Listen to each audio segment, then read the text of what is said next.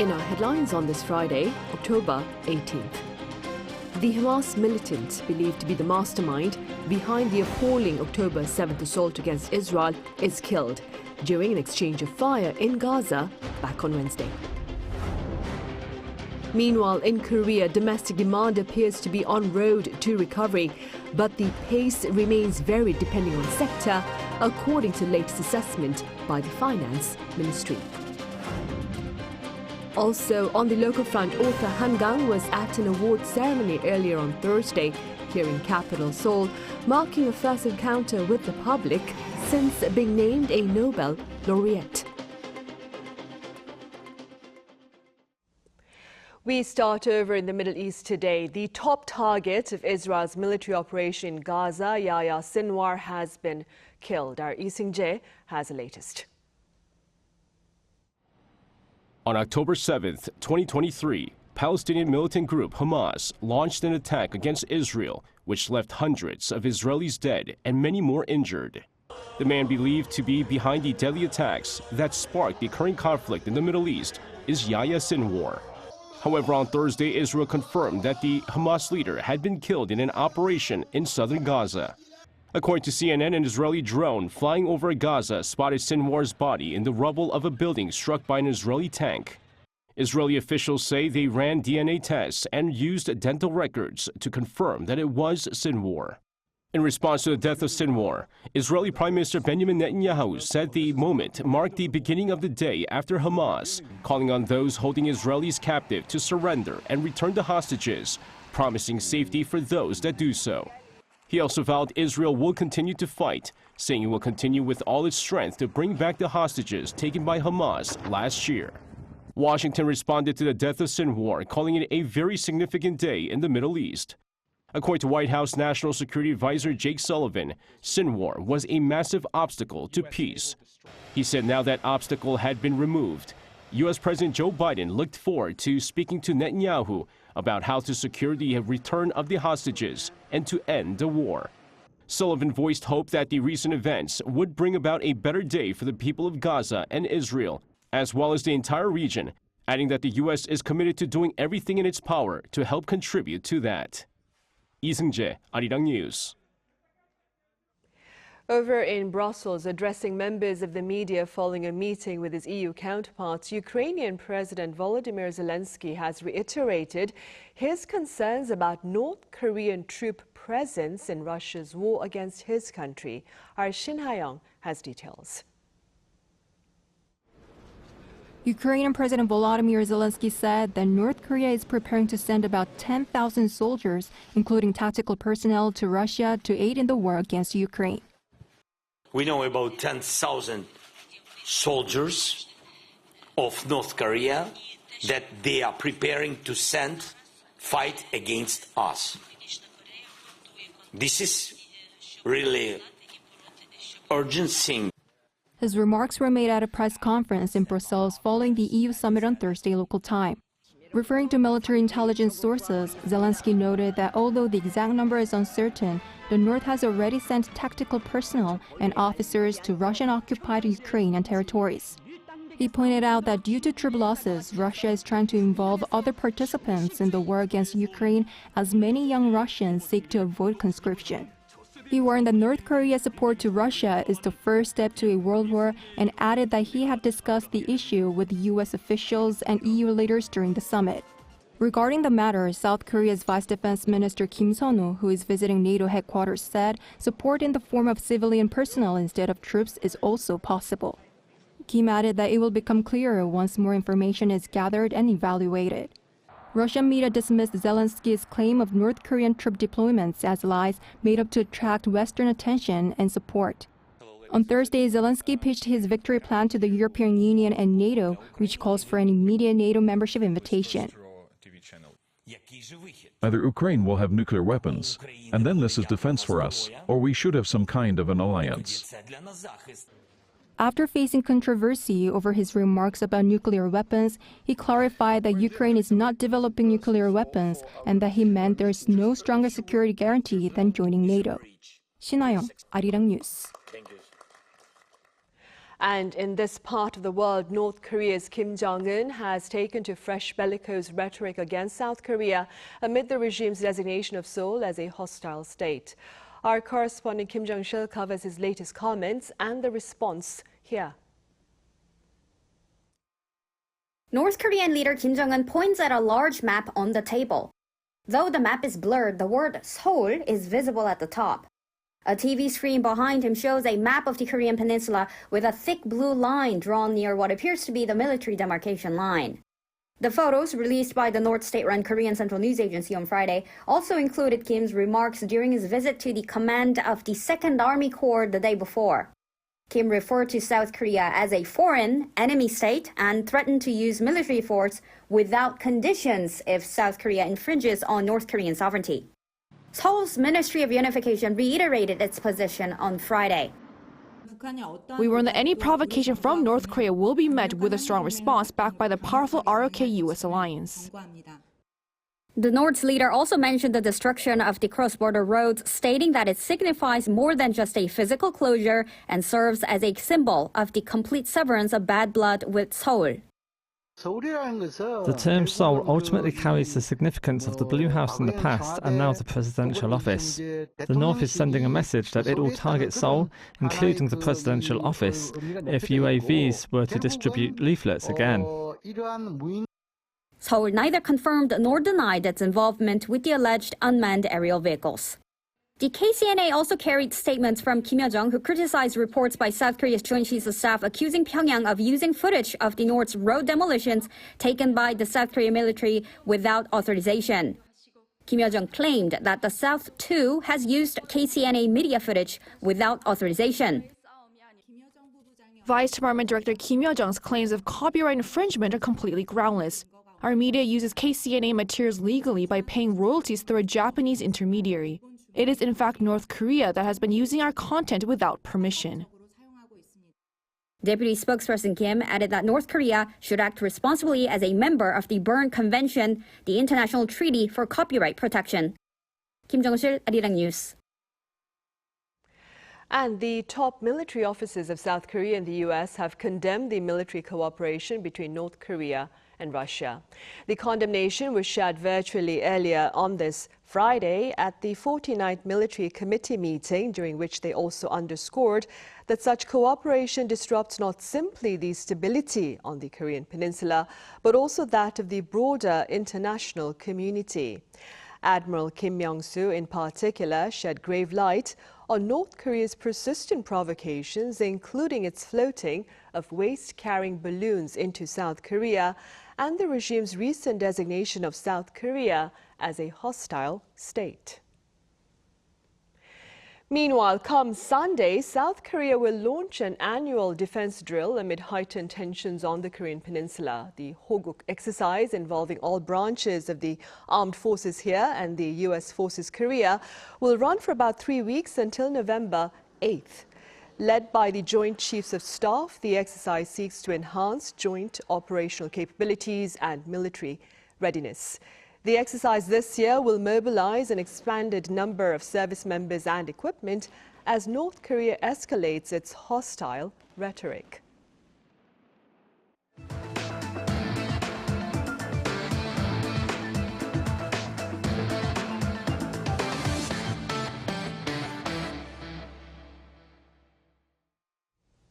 Domestic demand appears to be en route to recovery, but the pace remains varied depending on sector. Now, this is according to the Finance Ministry's latest assessment. Our correspondent Moon Hae-ryeon reports. South Korea's economy continues to recover primarily due to strong export performance, while domestic consumption is showing gradual signs of improvement.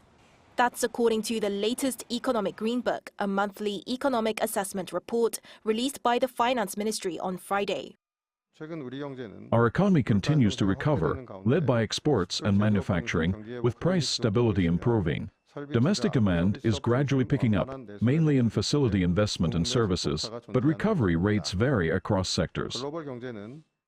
The government has been consistently diagnosing domestic consumption as showing signs of recovery since May, citing improvements in the services sector among other factors. However, it has also noted a disparity between the recovery of exports and domestic demand.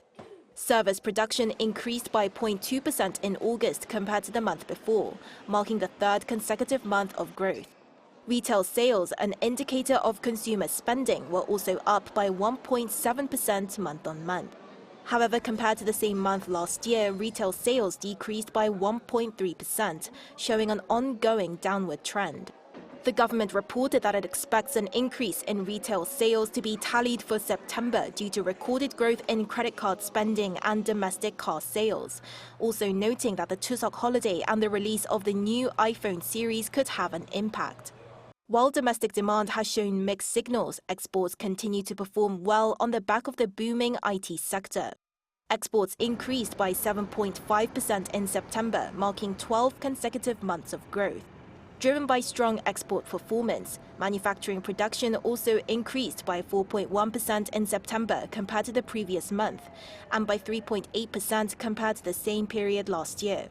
The government maintained its assessment that inflation is stabilizing. Consumer prices rose by 1.6% year-on-year in September, marking the first time since March 2021 that the growth rate has fallen below 2%. The government identified potential risks, including concerns about a global economic slowdown and fluctuations in commodity prices. The ongoing conflict in the Middle East, such as between Israel and Iran, could lead to volatility in international oil prices. Moon Hae-ryun, Arirang News. Samsung Electronics has topped this year's Future Brand Index. The Future Brand Index is an annual analysis that ranks the top 100 global firms by market capitalization based on brand perception power rather than their financial power. Samsung reportedly ranked first by creating a loyal customer base through continuous innovation and reliability. Back in 2014, when the index was first released, Samsung ranked 5th. In other news, the fresh global spotlight on the literary works of author Han Kang has many industry insiders and readers alike hoping for a fresh boost of broader interest in the art of reading and more. Our An Sung-jin explains. The first Asian woman to win the Nobel Prize for Literature, author Han Kang is being praised as Korean literature's equivalent of K-pop's BTS, both leading figures that reflect Korean culture in the world. I think this is very nice because I think Korean literature is very good and deserves more recognition, especially abroad. Seeing an Asian female author in this generation win an award, and especially the Nobel Prize, is such a big thing, and I do think it's a really big gateway for a lot of females and a lot of minorities to. As well as garnering attention outside of Korea, Han is igniting a small light that is bringing positive change, especially in the printing and publishing industry. This printing company, which had been seeing a decrease in revenue over recent years, has suddenly seen a surge in the number of copies printed. Han Kang's novels are flying off the shelves after her Nobel Prize win. This printing company has been working day and night to meet the demand. After the announcement, staff at this company have turned in their weekend to cater to the requests. I feel great and thankful to her. I hope more authors get the chance so the publishing company can become even more dynamic. With fewer people reading books these days, I'm hoping this will turn things around. Written in Korean, her books are easily approachable and enjoyable for domestic readers. I felt proud as a Korean because I was able to read the book in Korean without having to worry about understanding the nuance or the meaning like other award-winning books. Han Kang's win is a milestone for Korean literature, but some say more is needed to be done to really develop Korean literature.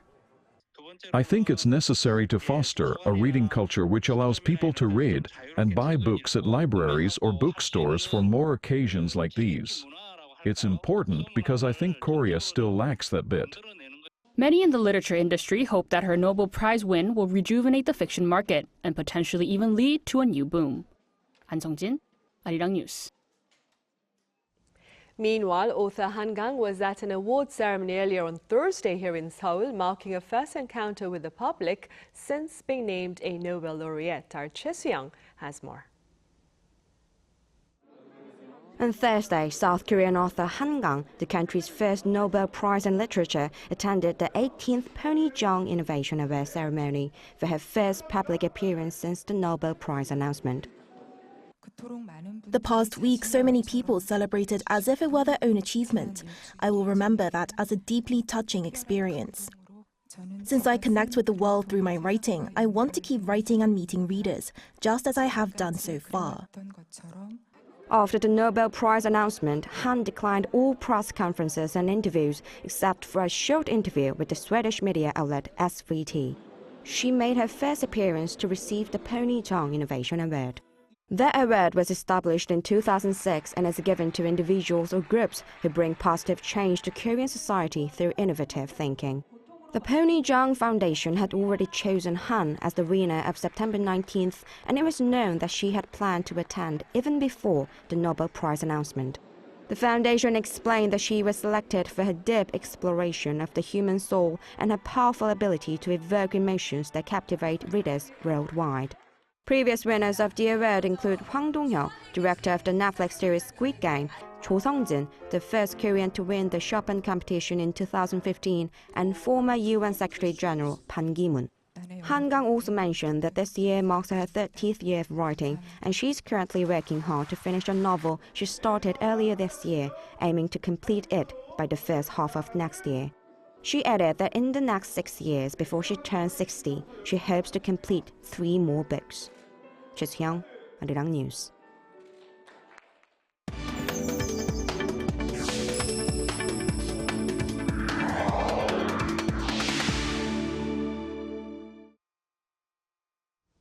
A Korean survival show involving celebrity chefs and their lesser-known counterparts on Netflix has been reviving taste buds across the globe, as well as a stronger fan base for the contestants.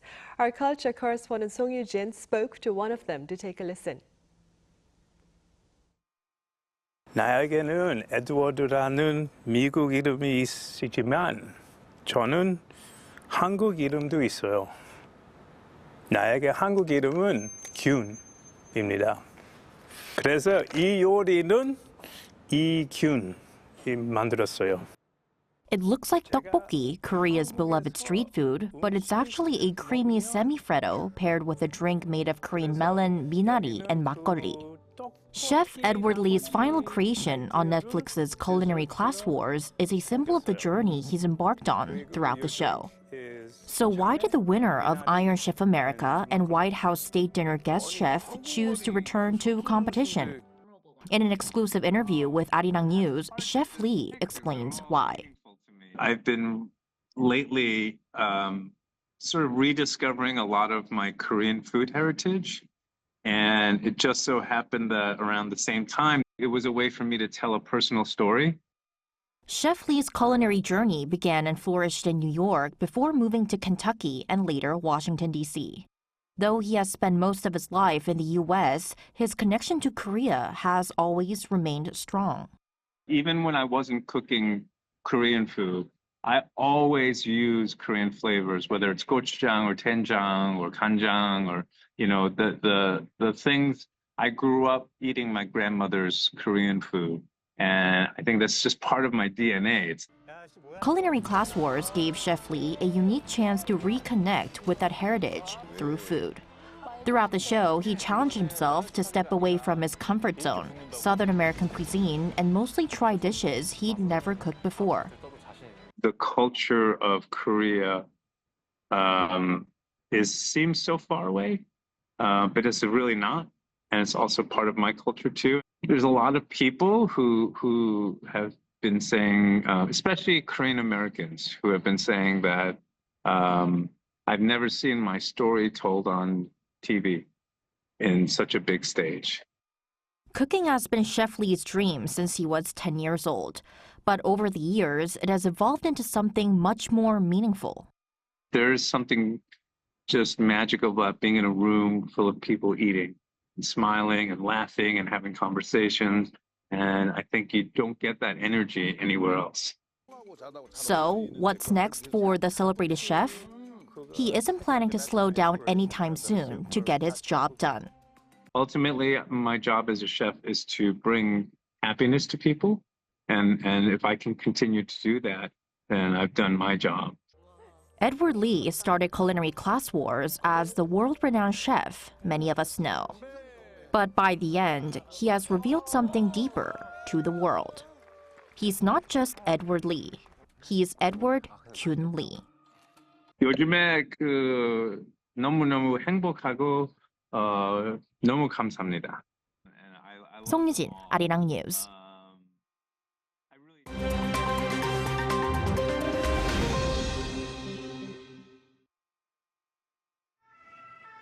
This is The World Now, bringing you the latest stories from around the globe. We begin today in Somalia's capital, Mogadishu, where a suicide bomber detonated an unidentified device at a cafe outside a police training school on Thursday, killing at least 7 and injuring 6 others. Somali police said the bomber, allegedly disguised as a soldier, entered the establishment located outside the General Kahiye Police Academy and detonated a bomb when questioned by people suspicious of his identity. The 7 killed on Thursday included police officers, soldiers, and civilians. Later the same day, Al-Qaeda-linked militant group Al-Shabaab published a statement online claiming responsibility for the attack. Now, Al-Shabaab has previously claimed responsibility for multiple terror attacks in Somalia, including the attack on a public beach that killed 37 people in August. Moving on to Bangladesh, where the country's International Crimes Tribunal issued an arrest warrant for former Prime Minister Sheikh Hasina on Thursday for her alleged involvement in crimes against humanity during the violent protests that erupted earlier this year, where hundreds were killed. 77-year-old Hasina, who controlled the country for more than 20 years, was ousted by mass protests in August and fled to India. The ICT's chief prosecutor said Hasina was in control of those who committed massacres, killings and crimes against humanity in July to August, and ordered the arrest of Hasina to appear in court in November. The protests began as a student-led movement against government job quotas, but a deadly escalation left over 1,000 people dead, according to Bangladesh's interim health ministry. In India now, where police reported Thursday that at least 25 people died and many others were hospitalized after consuming tainted illicit liquor in the country's eastern state of Bihar. Authorities say 22 suspects had been arrested for alleged involvement in production and sale of the tainted liquor. Bihar state banned the sale and purchase of liquor in 2016. Now, deaths from consuming illegally produced liquor are not rare in India, with 57 people killed by toxic bootleg alcohol in the country's southern state of Tamil Nadu in June. Excitement filled Manhattan's Javits Center on Thursday as this year's New York Comic-Con opened its doors to cosplayers from around the world. With hundreds of thousands expected to attend the 4-day event, it was already filled with attendees cosplaying as their favorite characters from comic books, movies, and TV shows. The event's director, Christina Rogers, called the 2024 edition the first true, full event back from the pandemic, adding that this year had improved accessibility, including the free live stream of several top panel sessions. Kim Seong, Arirang News.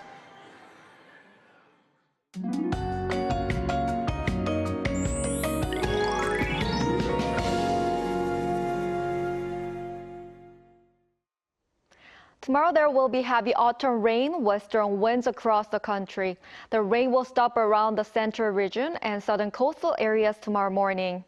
Currently, a preliminary warning of heavy rain has been issued in the eastern parts of Gangwon-do province and some southern coastal areas. A heavy rain warning is already in place on Jeju Island.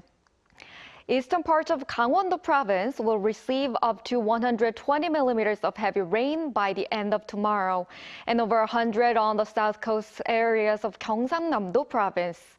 Other areas such as Seoul are expected to see a high amount of rainfall of up to 60 to 80 millimeters. In high mountainous areas of Gangwon-do province, where temperatures are low, there is a possibility that the first snow will fall. Tomorrow morning will start chilly at 16 degrees Celsius in Seoul. Highs will move up to 21 in Seoul, Gwangju, Daegu, and Gyeongju. It will be mostly sunny on Sunday, but the coldest weather of this fall is expected with the morning temperature in Seoul dropping to 9 degrees. That's all for Korea. Here are the weather conditions around the world.